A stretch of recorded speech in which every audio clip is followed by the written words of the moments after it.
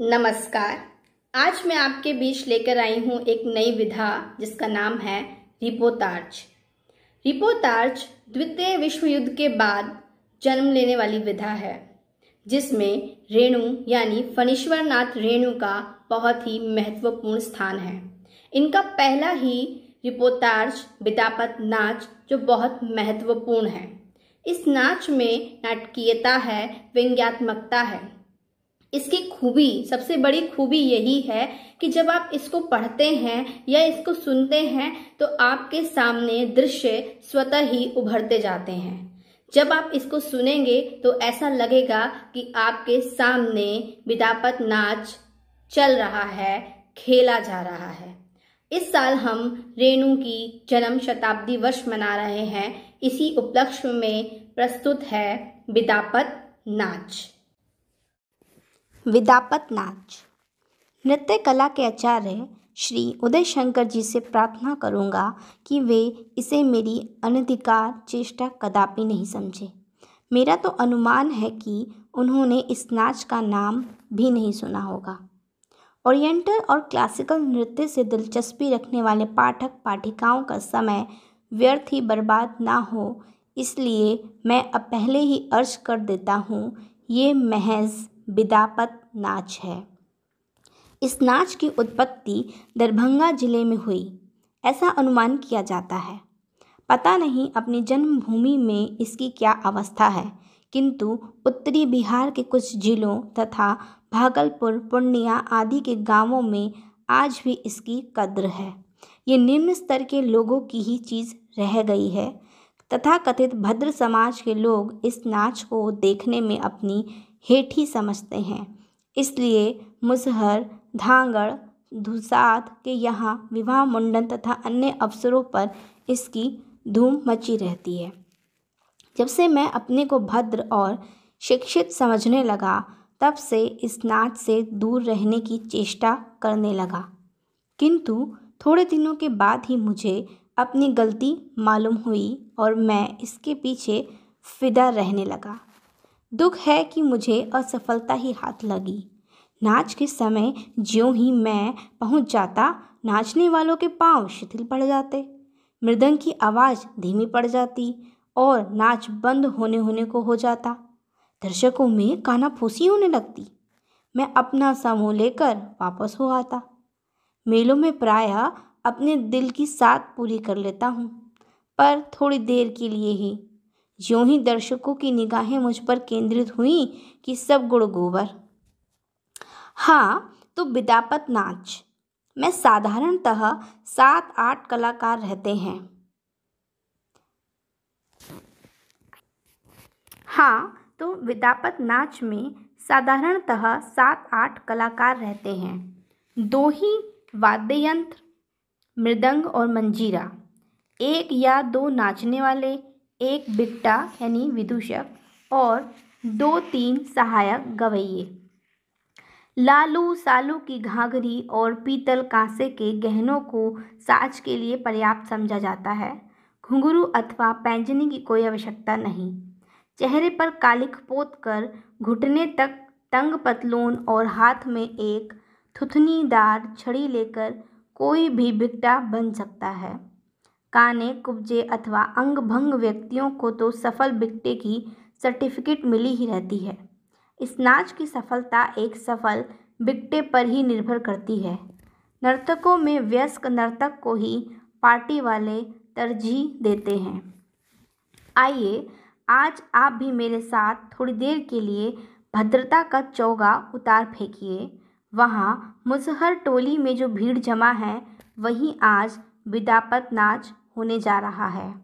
कोल, मुसहर और धांगड़ की सारी बस्ती उमड़ आई है। युवक युवतियाँ, बूढ़े बच्चे सभी नाच शुरू होने की प्रतीक्षा कर रहे हैं। धिंग धा तिन्ना। मृदंग बजकर चुप हो गया। कुन कुन कुन कुन, मंजीरे ने एक स्वर में साथ दिया। गगनायकम फलदायकम पंडितम पतितम। आप हंस पड़े। यदि नाच देखना हो तो चुपचाप देखते सुनते जाइए, हंसिए बोलिए मत। जी हाँ, ये मंगलाचरण था, शुद्ध संस्कृत। धृंगा धृंगा धृंगा धृंगा मृदंग बोलने लगा।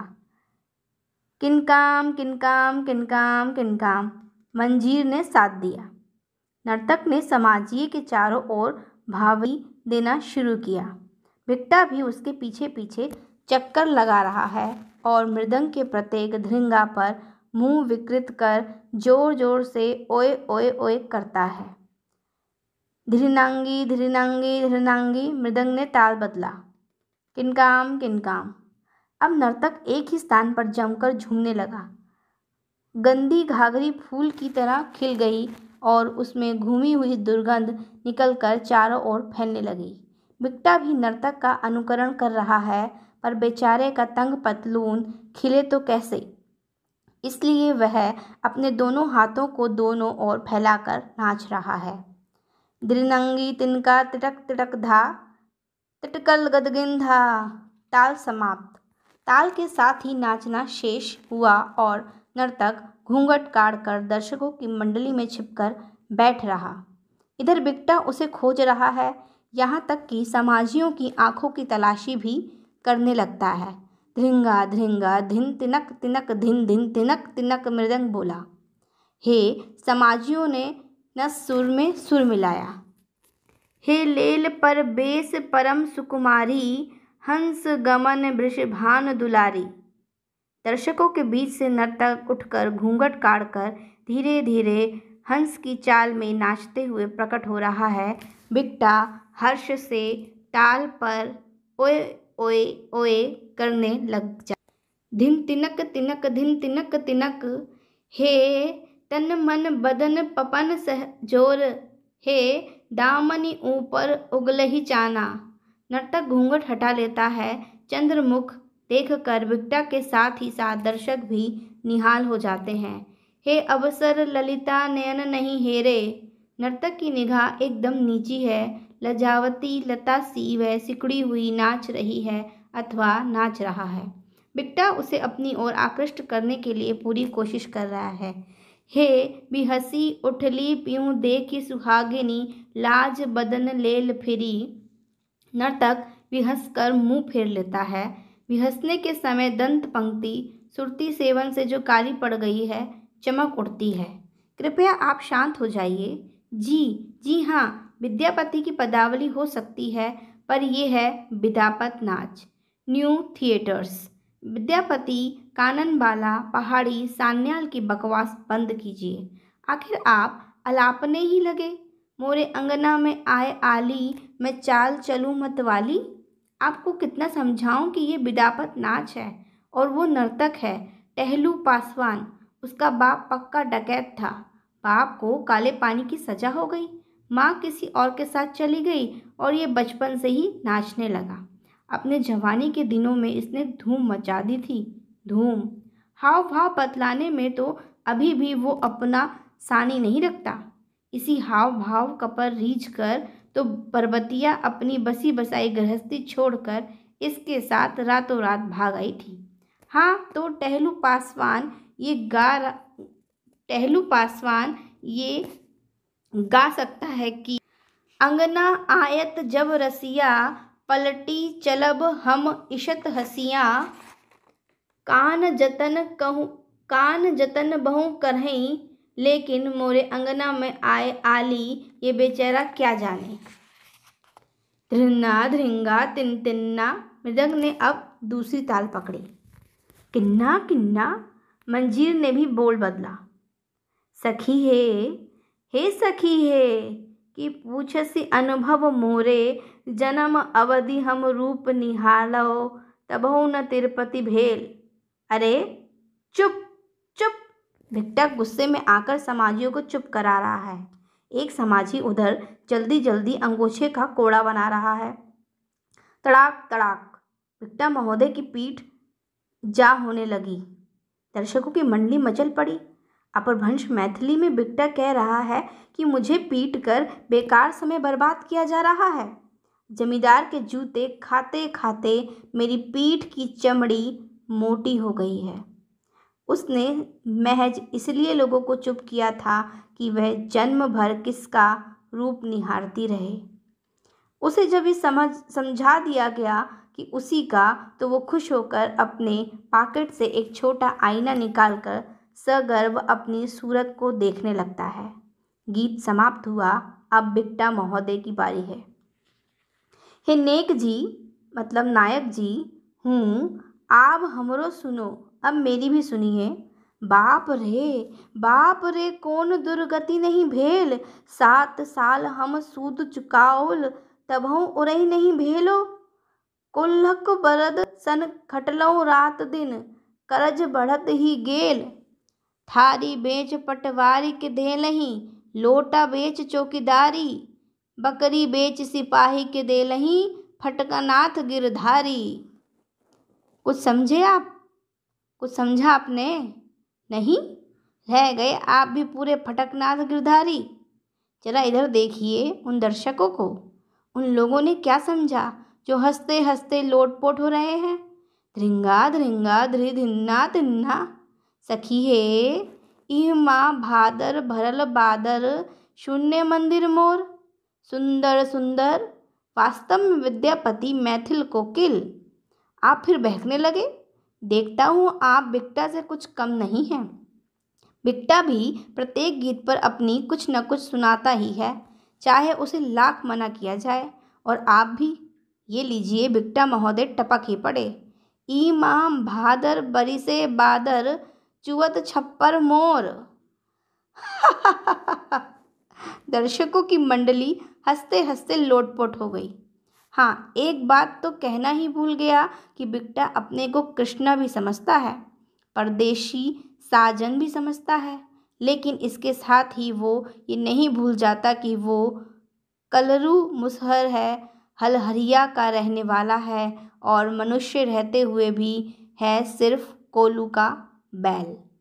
इसलिए जब नर्तक उसे गले में बहियां डालकर, घूंघट काढ़कर, मान अभिमान का भाव जताकर कहता है कि माधव तज के चललो विदेश, तो वो भूल जाता है कि वो कृष्ण है और वो गोकुल से मथुरा जा रहा है। उसके समक्ष जीवन की विषमता मूर्त होकर नाच उठती है। वह समझाता है, नहीं बरसल अधरा नहीं अशरेश, चारों दिश देखई छी बुढ़ियाक केश। यानी चारों ओर कास ही कास दिखाई पड़ते हैं। मास काछु सब गेल पताल, अब की पड़त सकी महा अकाल।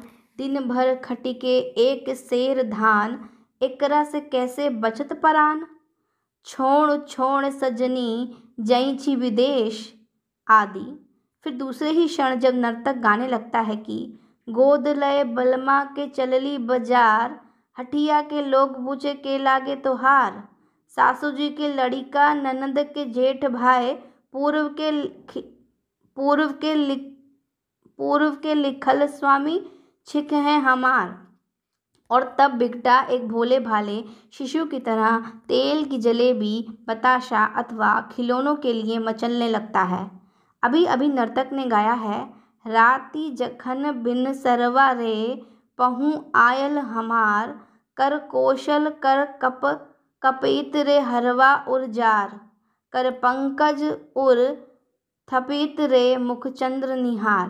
बिक्टा ने बीच में ही रोककर एक समाजी से इसकी भाषा टीका करने को कहा है। समाजी भी खुलकर टीका कर रहा है। वह कैसे सोई थी, नायिका पुआल पर सोई हुई थी अपनी झोपड़ी में अकेली, कैसे वह बिक्टा आया था। अब जरा इन दर्शकों के बीच में चलिए। काली काली गठीली तगड़ी युवतियाँ मुस्कुरा मुस्कुरा कर हंसी को जब्त करना चाहती हैं, एक दूसरे को कोहनी से खोंच खोंच कर जाने क्या खानापूसी करती हैं। अधेड़ औरतें लाज शर्म की दुहाई देकर कृत्रिम क्रोध प्रकट कर उनकी हरकतों को रोकना चाहती हैं, किंतु दबी हुई हंसी, गुदगुदाया हुआ दिल भला कब मानता है। इधर नर्तक आलाप उठाता है, चलो मन ससुराली, जइबे को रामा की आहो रामा, नहरा में अगिया लगाई बरे की। युवतियाँ चंचल हो उठती हैं, नौजवानों के नसों में बिजली दौड़ जाती है और अधेड़ों की आंखों में गई हुई जवानी लौट आती है। एक अजीब वातावरण की सृष्टि हो जाती है। नाच भी अब शेष होने को है। चलू मन धिनक धिनक धिन धिन धिनक धिनक कि आहो रामा नहरा में अगिया लगायब रे की डिमक डिमक डिम डिमक डिमक डिम। अरे ये क्या? ओहो, चिथरू गोसाई जी हैं। गोसाई जी कबीर जी के भक्त हैं, इसी गांव के रहने वाले हैं। 10-15 वर्ष पहले की बात है। जमींदार साहब ने एक झूठी गवाही देने के लिए कहा। इन्होंने अस्वीकार कर दिया और जमींदार साहब ने क्रोधित होकर इनको गृहहीन कर दिया। तभी से आप सस्त्रीक बैरागी हो गए हैं। खंजड़ी, झोली और चिमटा, जटा और लंबी दाढ़ी। ये लीजिए गोसाई जी, तो खजड़ी बजा बजा कर इन्हीं लोगों के साथ नाचने लगे। ढिमिक डिमिक डिम डिमिक डिमिक कि आहो रामा नहरा में अगिया। बात ये है कि चेथरू गोसाई जी इस गीत को संपूर्ण निर्गुण मानते हैं। आहा, उनकी धसी हुई आंखों में सचमुच आंसू की बूंदें चमक रही हैं। नाच समाप्त। अब चलिए कला वला की बात रखिए। दुखी दीन अभावग्रस्तों ने घड़ी भर हंस गाकर जी बहला लिया। अपनी जिंदगी पर भी 2-4 व्यंग्य बाण चला लिए। जी हल्का हो गया। अर्धमृत वासनाएं थोड़ी देर के लिए जगी। अतृप्त जिंदगी के कुछ क्षण सुख से बीते। मेहनत की कमाई मुट्ठी भर अन्न के साथ साथ आज इन्हें थोड़ा सा मोहक प्यार भी मिलेगा, इसमें संदेह नहीं। आप खोज रहे हैं आर्ट, टेक्निक और न जाने क्या क्या, और मैं आपसे चलते चलाते फिर भी अर्ज करता हूँ कि ये महज बिदापत नाच था। धन्यवाद।